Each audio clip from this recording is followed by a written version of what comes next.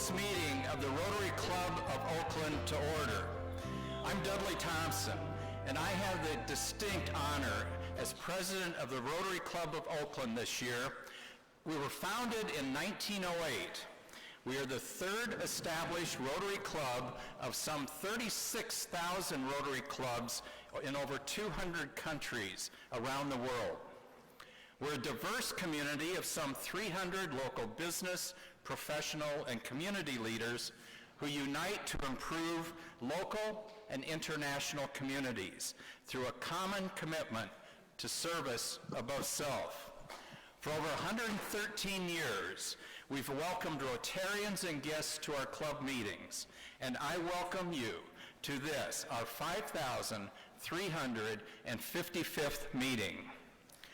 For those of you attending online, if you are visiting Rotarian or the guest of a Rotarian, please enter your name in the chat box. It's located at the center of the bottom of the screen, so we can recognize you in a few minutes. We also recommend that you view today's meeting using Speaker View. It's located in the upper right-hand corner of the screen, and if you have comments or want to ask a question of the speaker today, please use the chat box. For those of you who are here in the California Ballroom, and I'm just going to say it's really good to see some of you. We have several members here, for those that aren't here, that this is their first time back. Wayne Goodrow and Marianne Robeson and Ethel Lee, Mark, welcome. and Sean, even Sean Marks made it.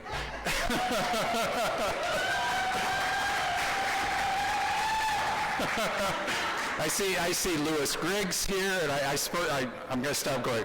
We got to get to our speaker. I'm sorry. For those of you in the California Ballroom, I will ask that you not use an electronic device to watch the meeting on Zoom or connect in the ballroom Wi-Fi. The Wi-Fi is weak if we have all these electronic devices on. We're still living in uncertain times of a pandemic.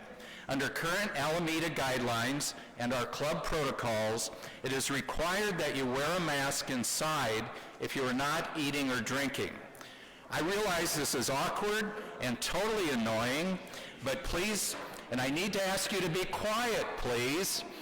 Wayne, just because you're coming back for the first time doesn't mean you get to talk during the whole meeting. Ken Richardson is here too. Okay, in about a minute or two, Sean's going to start heckling me too. So we're trying to make, I realize it's awkward. We're trying to make this place as safe as possible for our members and guests so that we can still have a great meeting here. I also ask that you refrain from talking during the meeting because the sound becomes background noise for our online broadcast. So this meeting, as we have a few of our meetings, we're going to start with our guest speaker today. So I'm going to ask past president and past district governor, Ed Jellen. Are you online there, and would you please introduce our speaker?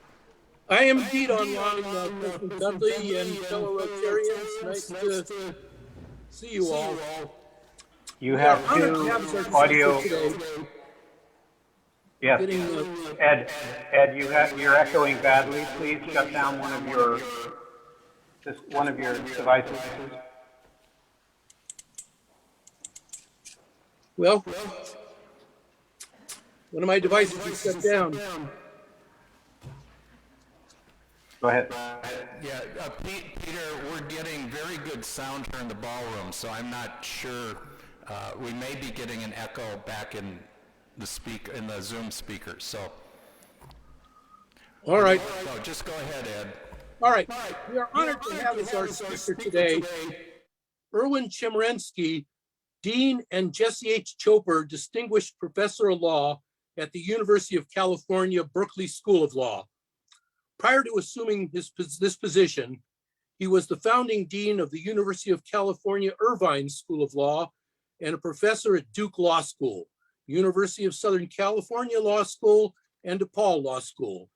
He's the author of 14 books and over 200 law review articles.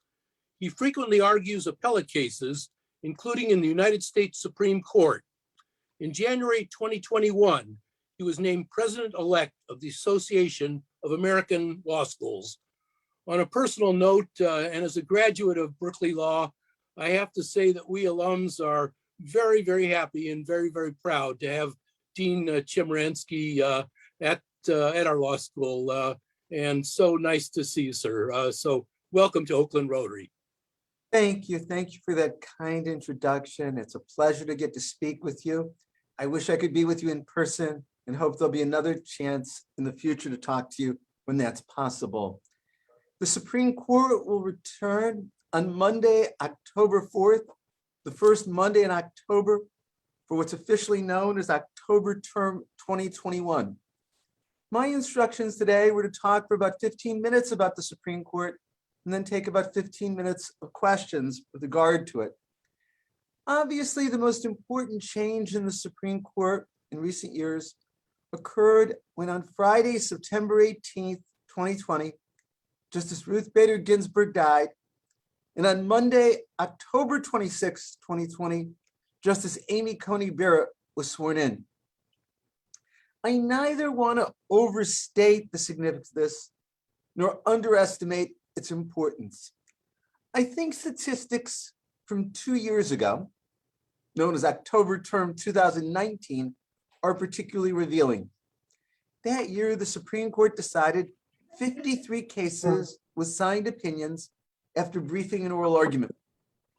It's the fewest number decided in a year by the Supreme Court since 1862. Of those 53 cases, 14 were 5-4 decisions. In 10 of the 14, the majority was Roberts, Thomas, Alito, Gorsuch, and Kavanaugh.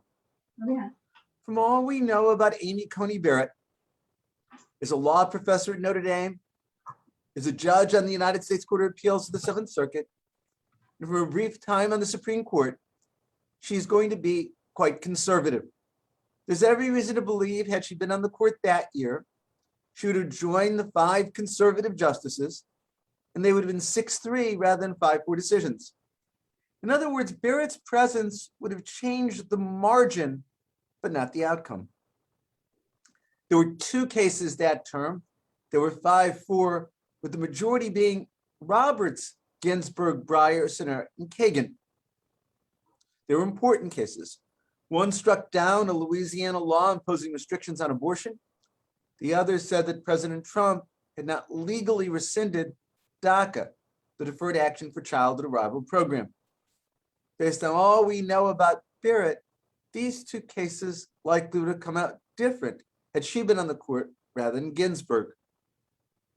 And there have been other high-profile cases in the last decade that have been 5-4 with Roberts and the liberal justice together.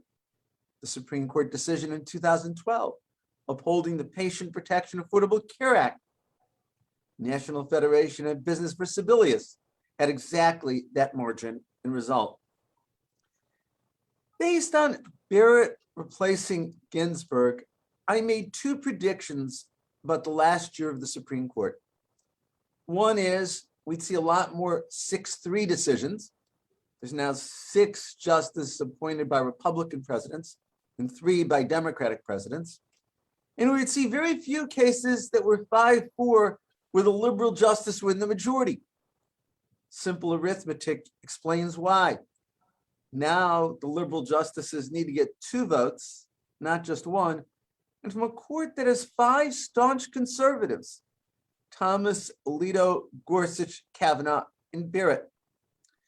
The statistics from last term, October term 2020, show that this prediction came true. Last year, the Supreme Court decided 54 cases with signed opinions after briefing and oral argument.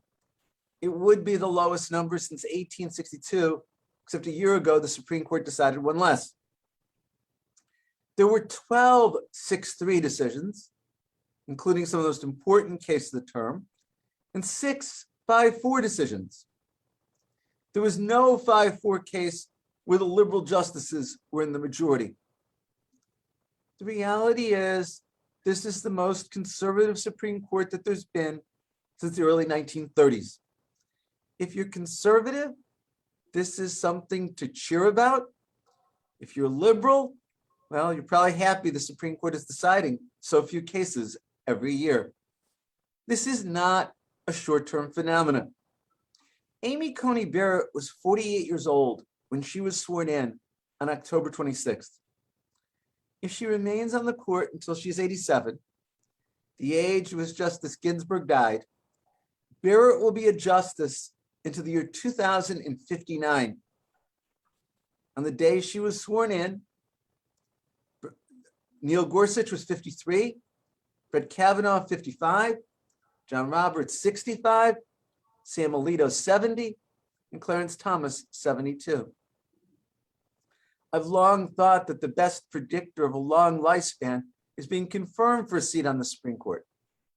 Justice Stevens didn't retire from the bench until he was 90 years old. So it's easy to imagine this group of justices being together for another decade or two. Well, since we're on the cusp of the beginning of a new term, I thought I would talk about some of the areas that the court's going to be addressing in October term 2021. By all accounts, this is going to be a blockbuster term. Let me identify 3 areas that are already before the court: abortion rights, gun rights, and separation of church and state. Are there many issues in American society more politically divisive than these? As to abortion rights, in discussing this, I must refer to something the Supreme Court did just a week ago last night. It's Whole Women's Health versus Jackson. Texas adopted a law that prohibits abortion once the fetal heartbeat can be detected. It's estimated that this is about the 6th week of pregnancy. Many women, of course, don't even know they're pregnant at that stage. In 1973, in Roe versus Wade, the Supreme Court held that states cannot prohibit abortions before viability. Viability is the time at which the fetus can survive outside the womb.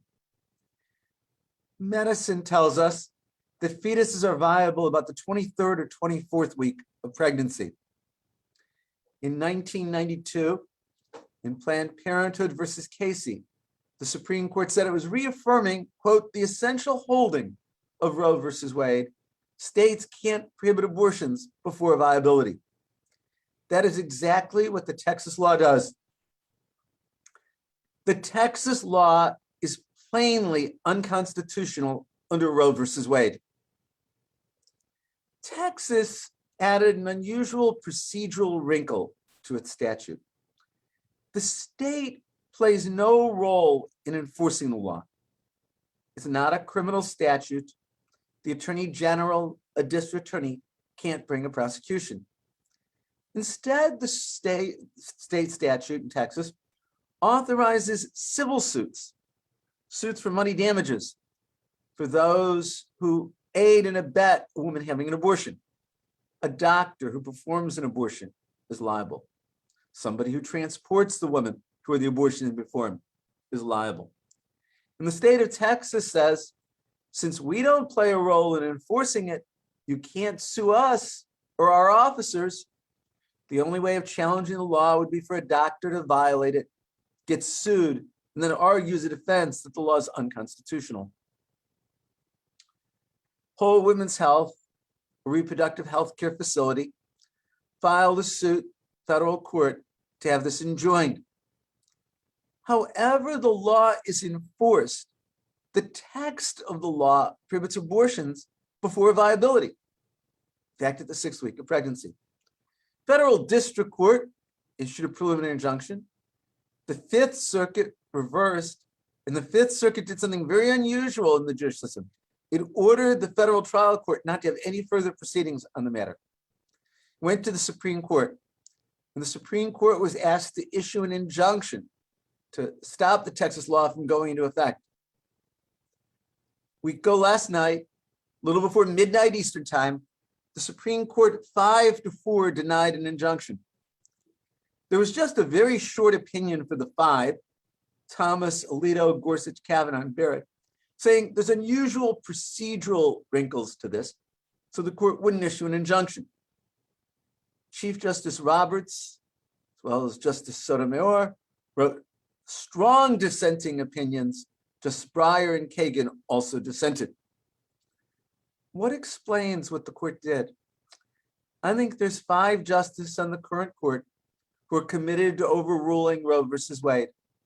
Given their opposition to abortion rights, they were unwilling to block the Texas law. Roe, therefore, remains the law for the country, but realistically, no longer in Texas. Women in Texas can't get abortions. Many of the facilities have already closed down. I worry that the Texas approach could also endanger other rights. The Supreme Court has said that same-sex couples have the right to marry.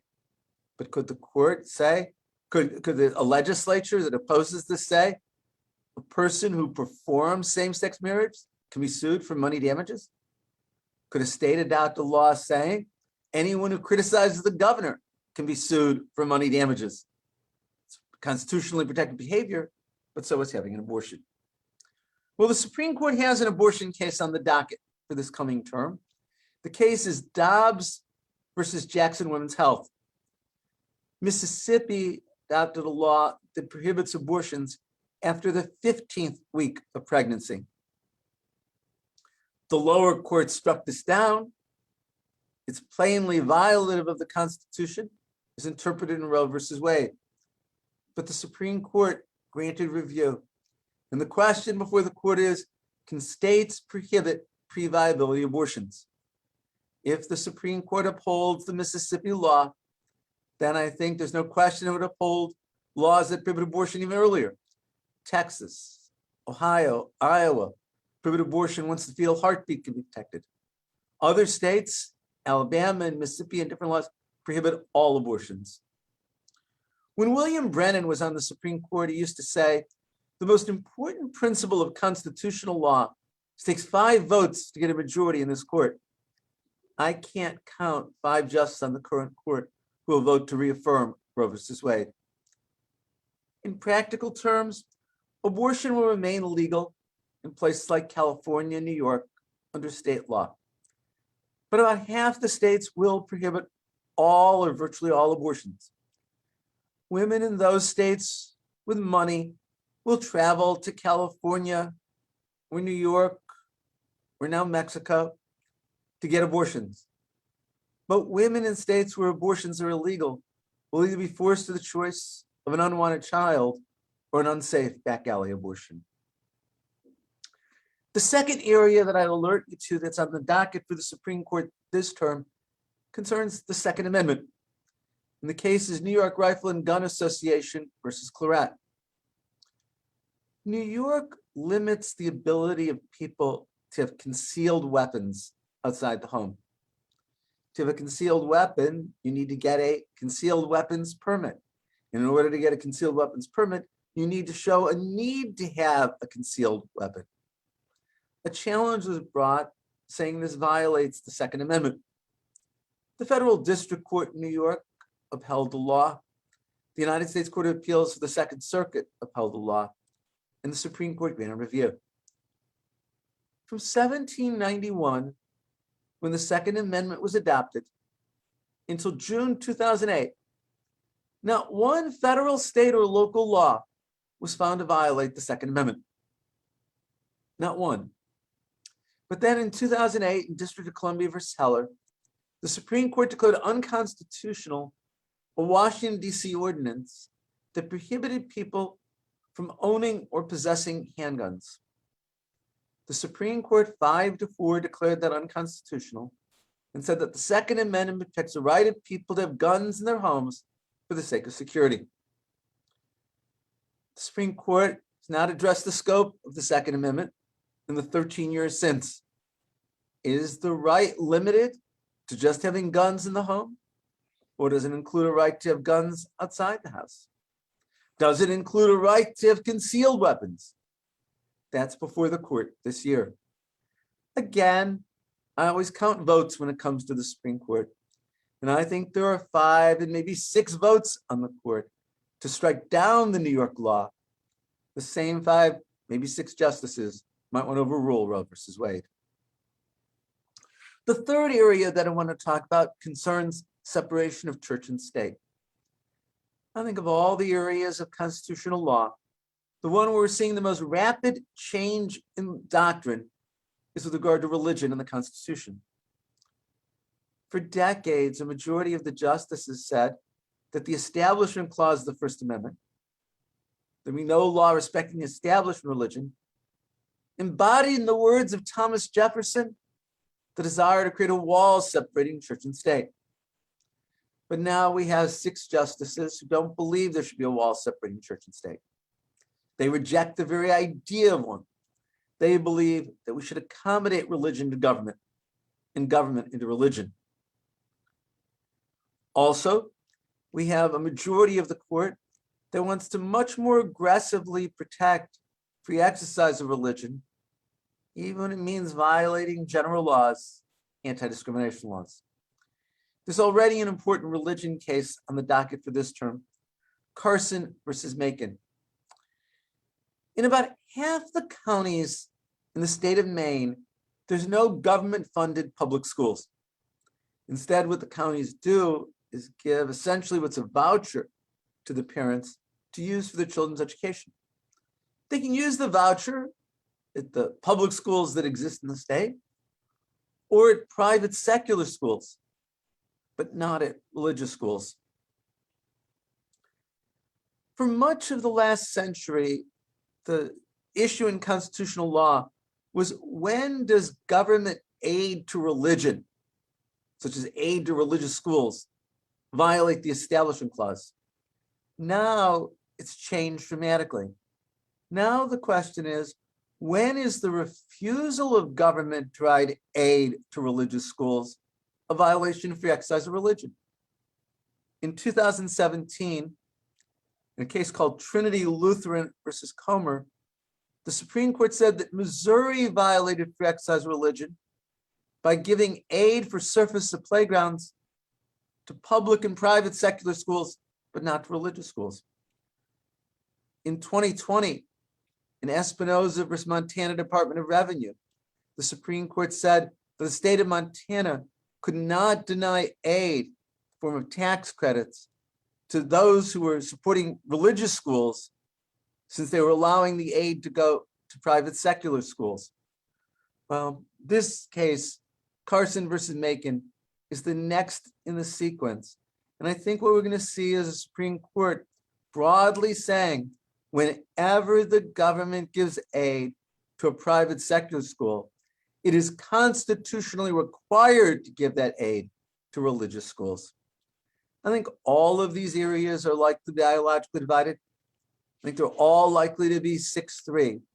As I said at the beginning, it reflects the current court and the current court's strong conservatism.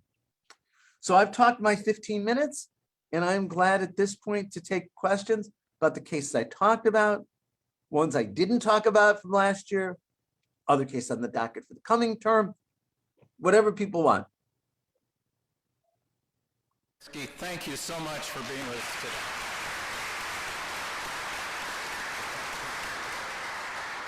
So let's do it this way. I'm going to do one question from here, and we have a microphone in the room, and then we'll go to an online question. Lorna Padilla-Marcus has the microphone. First of all, thank you very much for your comments today. Very illuminating. My question is, what do you think about the idea that's being floated of increasing the number of seats on the Supreme Court to affect the majority that currently exists? I would favor increasing the size of the Supreme Court, but it's not going to happen. Why do I favor it? I think it's about restoring ideological balance to the Supreme Court. From 1960 to 2020, we had 32 years with a Republican president and 28 years with a Democratic president, almost exactly even. In fact, in 2024, we'll have had 32 years with a Democratic president and 32 years with a Republican president. But between 1960 and 2020, Republican presidents put 15 justices on the Supreme Court, and Democratic presidents put only 8 justices on the court. Some of that is the accident in history. Some of it is the way the Republicans blocked Merrick Garland from being considered and rushed through Amy Coney Barrett. I think it would be much better for our country to have a more balanced Supreme Court. And the only way to do that, given life tenure, is to increase its size. The number of justices is not set by the Constitution. It's set by federal law. A federal statute could change that. But it's not going to happen. Because even if the House were to pass such a bill, Senate Republicans are sure to filibuster it. They don't want to give a Democratic president more nominees to the Supreme Court. And there's no indication that there's sufficient votes in the Senate to change the filibuster rule. Thank you. I don't know who's my host today online. Is it Sandeepa or is it Peter? Sure, I can do it. So Thank you. there's a question from Stephanie. There's a question there. Yeah, there's a question from Stephanie. Stephanie says, which case before the court this session gives you the most concern? The case I mentioned, Dobbs versus Jackson Women's Health Center, because I believe the Supreme Court is likely to overrule Roe versus Wade. And I believe then women will no longer have the choice in terms of reproductive autonomy and control over their bodies. I just don't see 5 votes on the court to continue Roe versus Wade. Your turn, Dudley. Okay, in the ballroom here is Gary Flaxman. Thank you, President Dudley. In the reverse of Lauren's question, is there any precedent of a Supreme Court justice having, remove himself prior? In the case of somebody who might have lied on the way to get into, in the confirmation, that there's a precedent where they actually remove themselves from the court for various reasons. Because I know many justices are still alive that are no longer on the court anymore. A justice can resign from the bench at any time. Usually, in recent years, justices have waited until they're quite old to do that. But occasionally a justice retires at a younger age, just perhaps for not enjoying the position. David Souter would be the most recent example of that. Justices can recuse themselves from particular cases, disqualify themselves from hearing particular matters, such as if there's a conflict of interest. If there's a company before the court and the justice owns stock in the company, the justice will recuse himself or herself. But justices are appointed for life unless they're impeached and removed. And as we've seen, most of them want to serve that long or nearly that long. Sandeepa, do you have another question there? Yes, we do. So past President and District Governor Ed Jellen asks a question for Dean. Any comment on the voting rights and what some states are doing to suppress such rights? Yes. I think the Voting Rights Act of 1965 was one of the most important federal laws adopted in my lifetime. It did 2 things. First, it said for jurisdictions with a history of race discrimination in voting, they had to get pre-approval, pre-clearance, before they did a significant change in their election practices. In 2013, in Shelby County versus Holder, the Supreme Court declared the pre-clearance requirements unconstitutional. Immediately, states like Texas and North Carolina put into effect restrictive voting laws where pre-clearance had been denied. In striking down the pre-clearance requirement, Chief Justice Roberts, writing for a 5-4 majority, said, but don't worry, we still have the other provision of the Voting Rights Act, Section 2, which says that state and local governments cannot have election systems that discriminate against minority voters, and says that proof of a discriminatory effect is enough to show a violation. On July 1st, 2021, In a case called Brnovich versus Democratic National Committee, the Supreme Court gutted Section 2. It was a 6-3 decision. Justice Alito wrote for the court. Justice Kagan, joined by Justice Breyer and Sotomayor, dissented. Justice Alito's majority opinion made it very difficult to prove that any government law violates Section 2 of the Voting Rights Act. He said, in order to do this, you'd have to show a substantial adverse effect. He said that it has to be worse than what existed in 1982 when the law was adopted. He said there's no violation if a state provides other ways for people to vote. He said proof of discriminatory impact isn't enough to show a violation. He says we got to give great respect to the state's interest, such as preventing fraud. As Justice Kagan pointed out in her dissent, what the Supreme Court did to Section 2 of the Voting Rights Act is going to make it very difficult, if not impossible, to challenge the kind of laws that have been adopted in places like Georgia, Florida, Texas, that restrict voting, and restrict voting especially by people of color. And I think we're going to see the effects of these laws in the 2022 and the 2024 elections. Thank you. Robert Kidd. Dean Chemerinsky, again, thank you for coming and joining us today. As a historian looking back at the court in the 1930s, you shared with us how the conservative bench during the 1930s became more liberal. Do you see anything like that happening here, or what has to happen out in the streets before the Supreme Court changes its tenor on some of these key issues? What happened in 1937 was President Franklin Roosevelt proposed what was known as court packing, and one justice, Owen Roberts, changed his mind. Whereas previously he had voted to strike down federal and state and local laws, all of a sudden he voted to uphold them. And then within a few years, the older justice on the Supreme Court died or retired. Roosevelt quickly got to appoint the majority of the court, and the direction of the Supreme Court permanently changed. I don't foresee any of the 6 conservative justices being likely to leave the bench anytime soon. They range in age right now between 49 and 73. There's no reason that these 6 justices can't remain. Also, let's face the reality. Republican presidents have picked justices who are very conservative and very committed to overruling Roe v. Wade. Democratic presidents have appointed liberal justices, including to uphold Roe versus Wade. Again, if you're conservative, you applaud this. If you're liberal, you bemoan it. But that's the reality.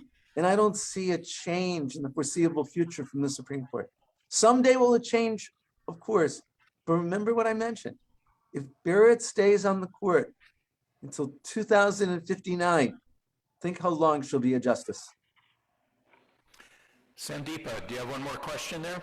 Yes, please. Sam Miller asks a question. What limitations on guns do you think this court would allow? Ban on assault weapons or some other restrictions? Thank you so much. I don't know. I think that the court will allow laws that prohibit convicted felons from having guns. I think the court will continue to allow prohibition of guns in places like airports or schools. I think the court will allow the government to ban particularly dangerous weapons. I think it should allow the assault rifle ban, but a federal district court judge in San Diego struck that down, and we'll have to see what happens to the Supreme Court. I think the court will uphold laws that require that people register background checks for guns, but those are the kind of things I think the court's going to permit. Overall, I think the court's going to be very restrictive in terms of the kind of laws that the government can have when it comes to guns. Dean Chemerinsky, we're so appreciative of your being with us today. My pleasure. Thank you for having me. Thank you. In your honor, this year, the Rotary, we're highlighting the new Rotary area of focus, which is the environment. In your honor, we're making a donation to the Environmental Sustainability Rotary Action Group, or called SRAG, toward their focus on biodiversity, sustainable living, pollution, the climate, food systems, and a circular economy. We'll also be sending you a copy of our Centennial book, which is written by our own Linda Hamilton, which describes our first 100 years of Rotary in Oakland and in the world. Thank you so much for being a part of our Civic Thursday. Thank you. Thank you for those wonderful honors, and thank you for having me. Thank you. And you're welcome to stay on. I understand we may be sending you an application for membership here. I hope you'll give it some consideration. Thank you for being with us. Thank you. Okay, so now we kind of go back to our regular club meeting. So, Mary Rudser, would you please come up here, please, and give us a thought for the day?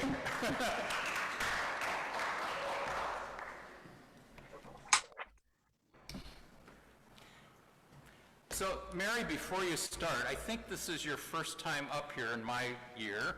So, I've had the little tradition here of asking, why did you join Rotary? And is that the same reason that you're still here in 1 minute or less?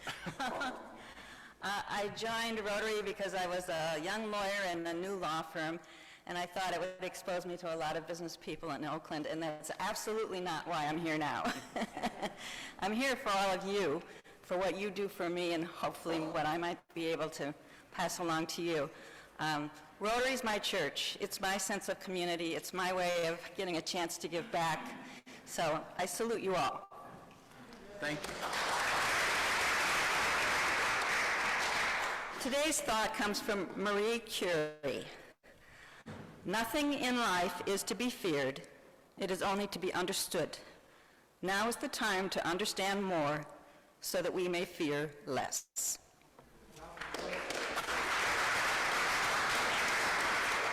Thank you, Mary. And would you join with me? Can we get up the Rotary vision statement? Thank you. Would you please join with me?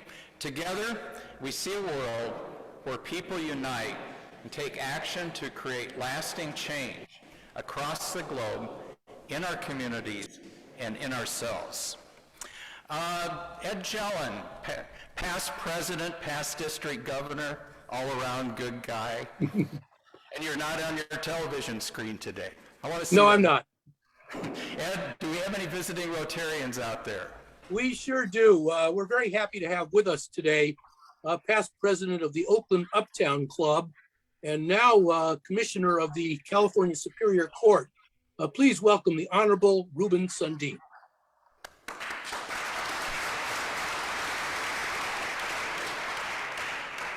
Sandeepa, do we have any visitors out there that signed in? Not that I can see. Okay. I think there may be a few, but didn't sign in. Okay, I know we have some visitors in the room here today. Let me start off. Are there any visiting Rotarians in the room? I'm going to have you stand up since Ed can't see you there. Diane.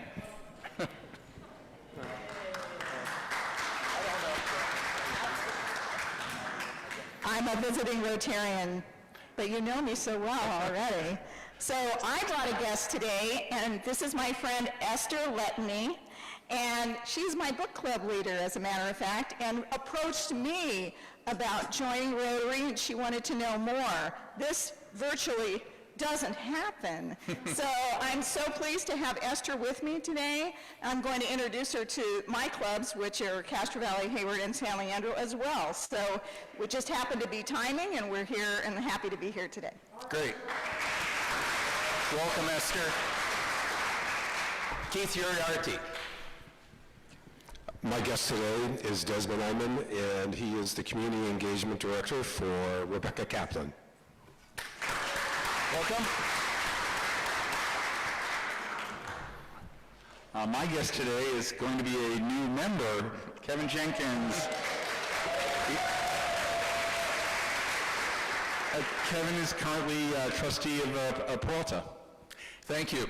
So this is an example of, we were at the Lake Chalet reception, I guess a month and a half ago or so, and he asked me about why Rotary, and I just didn't have an elevator speech, and I caught myself after about 10 or 15 minutes, I think, and so I think his eyes were getting glassy after having Gary for half an hour and then me. But welcome.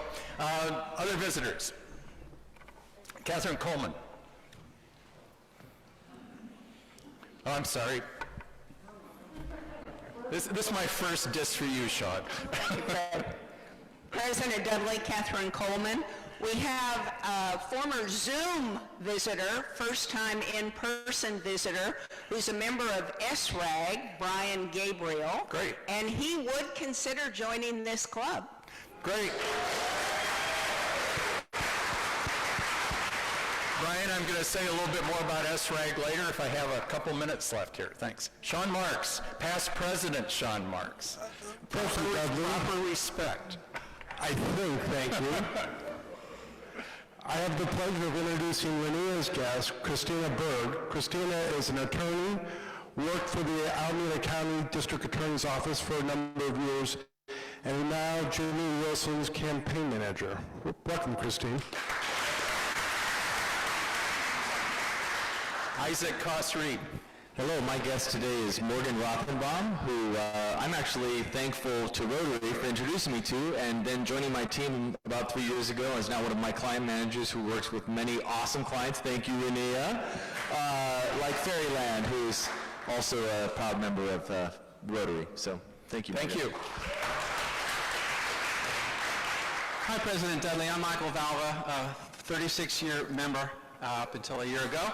And I'm just back to say hi to my friends and echo what Mary had to say. I just miss you all, and I'm glad to be back with you all. Thank you. Thank you for coming today, Michael.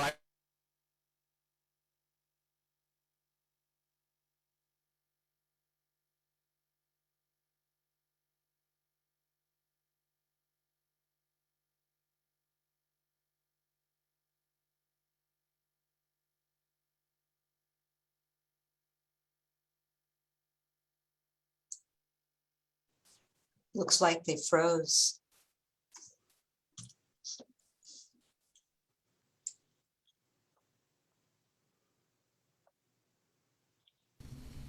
Okay, we are frozen. So Ed, you're the next highest ranked. I guess you have to conduct the meeting for us in here. All right, should I start with the Pledge of Allegiance, or should we skip that and just move on to the thought for the day? Can you hear me, Harold? I can. Yeah. Yeah, yes, Peter, there are 35 of us on Zoom, and the feed from the ballroom obviously has frozen. So right. Typically it will come back. I have messaged Jack. Hopefully he'll figure it out. Looks like he's back, but he's muted. Friedman, who's trying to escape here, won the wine raffle. She won 25 bottles of wine, each of them valued, excuse me, I need your attention, please. I need your attention, please. Thank you. Karen Friedman won 25 bottles of wine, each of them valued at $50 or more. And as we keep saying, she decided she couldn't drink all 25 in one evening. And so in a late night thought, she decided to give 5 back to the club. So we're doing a raffle for people that are coming back to the room. And we've given away 2 of them. And I see David Kirsten is not here, so he cannot win for a 3rd straight time. So anyway, well, at the end of the meeting, we'll pull a ticket for that. Thank you, Karen. Okay. How about Jimmie Wilson and Renia Webb coming up here? Renia, would you like to introduce our newest member in about 2 minutes? Yes. Future member.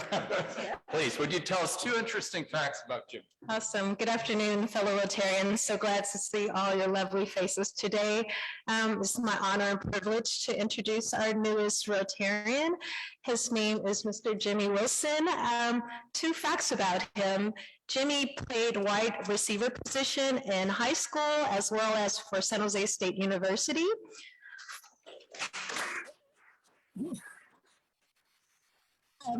For 16 years, he worked as a licensed plumber and pipe fitter. Sadly, due to injury at work in his 40s, he entered into law school and graduated from Hastings Law.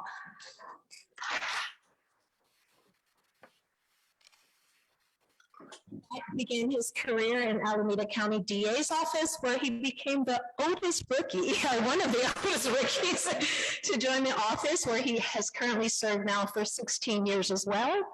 And as a fun fact, I just think this is so cute, his sister sent me this, his older brother and sister nicknamed him J Sweets.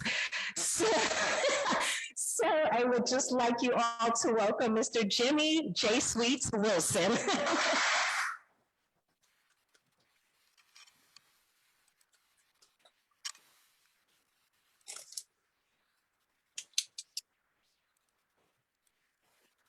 Jimmie, we're happy that you've decided to join our Rotary Club.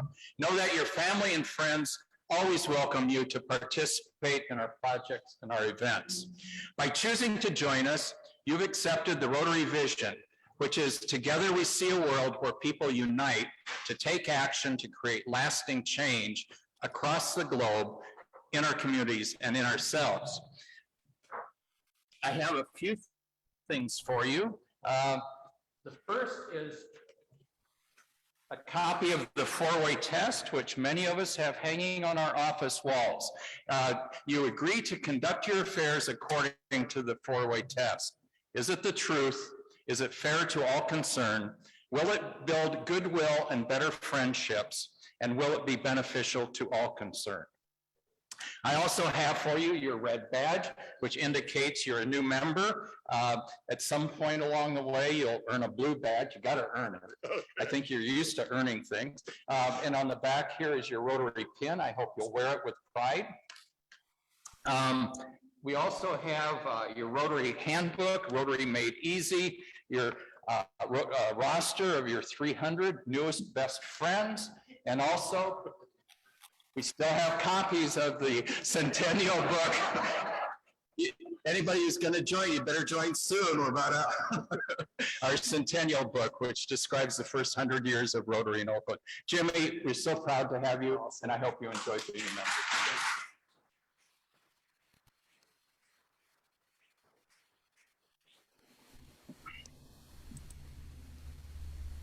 Okay. Tom Lamone, are you online? I'm hoping. Here. Great. Tom, we have something coming up here. We do. So Oakland has a soccer team, the Oakland Roots. They play at Laney College Stadium. It's a really fun, exciting atmosphere. And the Oakland Roots, we were there a couple years ago, pre-pandemic, and they set us up with some really great seats on the field, literally just a few rows from the sidelines. So we have 50 tickets. We've already sold about half of them already. And I'm actively getting the word out. So if you are interested in going, I would reserve my tickets as soon as possible. You can access the link on the events calendar. And for September 18th, 5 p.m., Laney College. Tickets are $20. It's fun for the whole family. Thank you. Thank you, Tom. So I'd like to share with you a few things that are upcoming this month. At the end of the month is the district areas of service. The district puts this on every year. Everybody from prospective members to past presidents to past district governors are invited, and the areas of service are the primary focuses that are part of our organization. And there'll be, I think, about 50 tables of various clubs around our district, which I believe is 61 clubs that form our district. And they'll all be displaying projects that they're doing. You can see what other people are doing and get ideas for our club. And it will be at the first, it's on 2 sessions. There's one on Thursday, that's a Zoom session. And then on Saturday, October 2nd, thank you, is an in-person event out in Danville, I believe it is. It costs $50. It's an all-day event, but you can meet other Rotarians from around the district, as well as see the various projects. So invite you to do that. If you go onto the district, you're a member of District 5170, and if you go online, you'll see the invitation for that and the way to register. So I had a really good meeting this week with Joel Parrott. As most of you know, Joel is the recently retired chief executive of the Oakland Zoo, and has been a member of our club for many, many years. And at the beginning of my year, I asked Joel if he would put together a program around the environment, protecting the environment. Well, I have to say, I respected Joel. He just retired. He's been traveling. He's been fixing up his place in Colorado. But finally, I said, Joel, it's time to do this. And we're starting to put together a program and a committee. So first of all, we've been talking about committees. Joel is looking for any of you that might have a passion in protecting the environment. I'm hoping some of you do. So please get hold of Joel in the next couple of weeks. We'll form a committee for that. I spent about, I don't know, Ken Richardson, you're here. We had about 3 beers together at the A's game before I twisted your arm. No, actually what I found was that's Ken's passion, and Ken said, I really want to be on that committee. So please join that, and we'll probably start rolling out this program at the beginning of the year. So part of that program is what we're going to talk about is my speaker's gift this year is going to SRAG, the Rotary Environmental Sustainability Rotary Action Group. It's an international organization. I encourage you to join. The cost is big. It's $30 a year. And I tell you, the kind of programs they put on, did I give you a slide for that one? Maybe. So this is once a week, there's a program where people from around the world get on this conference call, Zoom call. The one coming up next week, actually they have a whole series on water protection. Next week is this program on Adopt a River. In fact, one of the things Joel and I talked about are cleaning streams around Oakland. So SRAG is going to be a very important part of our organization. The speaker's gift this year, I think we're giving $4,000 to them to support their work. So I invite you to join that. I invite you to get hold of Joel and say, I'm interested, I have a passion for protecting the environment. It's very real to us, folks. You should know. Okay, other things coming up. This week, join a committee. This week on Monday, Isaac Koss-Reed, 9:30 has a meeting for half an hour every Monday morning for public image and communications. We talk about programs coming up. We talk about how to promote things, how members communicate with one another. Isaac is the chair of that, and Leanne Alameda is the co-chair. I don't give you all the credit for that because Leanne is like chair of every committee in Rotary this year, I think. But Leanne is also the president of the Oakland Rotary Endowment, and their meeting is Monday at noon. So if you ever want to visit that meeting and see what the endowment does, all of our meetings are open. There are some times when we have to go into executive session, but please contact Leanne for that. Business development. Most of us joined for self-interest reasons, and Rotary started out so that, in fact, early in Rotary, you had to show that you did business with another Rotarian in order to remain a Rotarian. I just learned that last night. Anyway, so we have a business development committee. You're not required to do business, but it's a good opportunity to network with other people and find ways to promote your business in Rotary. Jesse Schmidt is chair of that, and the meeting is at 5:45 Monday night. Tuesday, the Rotary, Leanne Alameda, the Rotary found, Joe Garalka and Leanne Alameda, Leanne's only co-chair of the other half of the committees. Joe Garalka is, we're having a meeting for the Rotary Foundation fundraise campaign for this year, which will be beginning in October, but it really is in November. But we had a great crew last year. If you remember, over 90% of our members gave to the Rotary Foundation. It was a record year, and we want to keep that up. So be part of that. Finally, 6 o'clock on Tuesday, David Kirsten, who wins all that wine, is having a membership committee. And this is membership month. And next week, actually, we have one member joining this week. We have like 7 people, I think it is, trying to get in this month. So we're going to be, I think, 3 a week and I think a couple more coming in too. So we'll be having new members come in about 3 a week over the next 3 months or 3 weeks.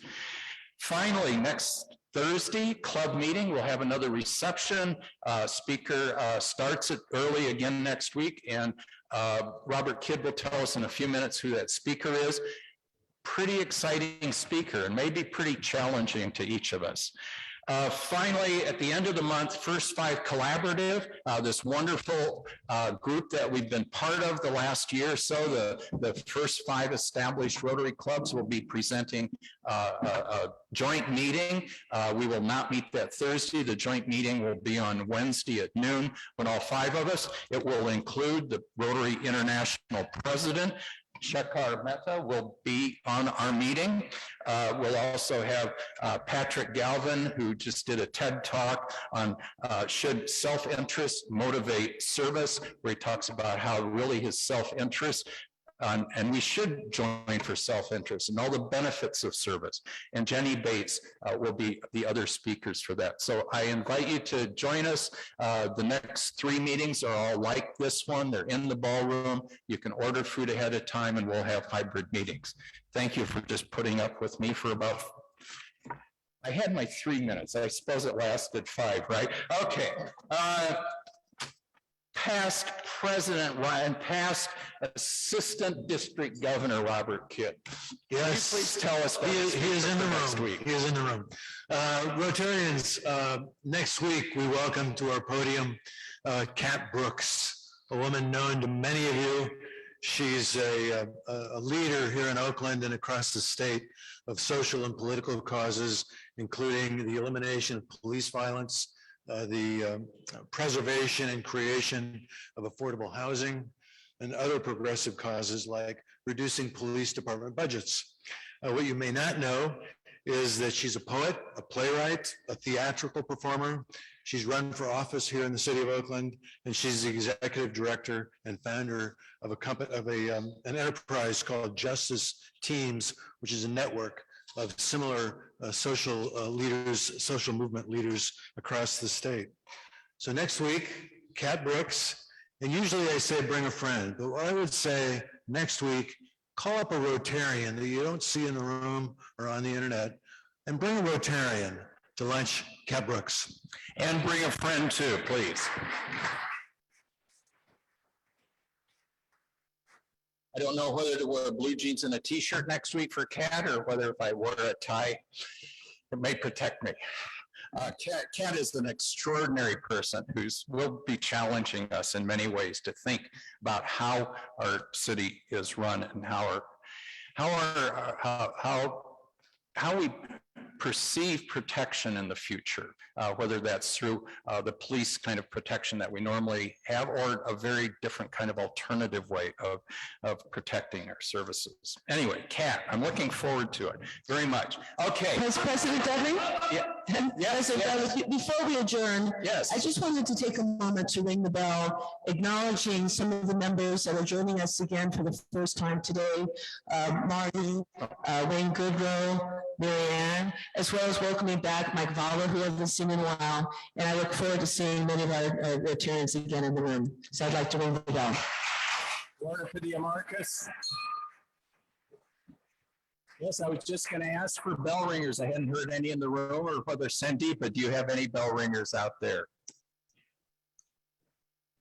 We do not have any bell ringers here. Okay, and I remind for those who are new to us, a bell ringer is a generous $100 gift to the Oakland Rotary Endowment. We do it for birthdays, we do it for, your own birthday, your spouse's birthday, your grandchildren being born. If by chance you happen to get mentioned in the paper, we will probably see it and ask you to ring the bell. So anyway, Wine time. Wine time, yes, thank you. So I told Sean Marks everybody would call my attention to the runner's show here if I missed something. So wine raffle. We have a basket of tickets there somewhere. Right in front.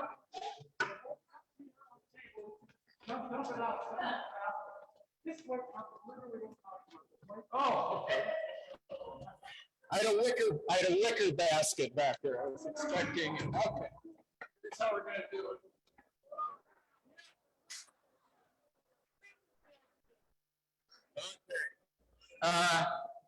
509-656. 509.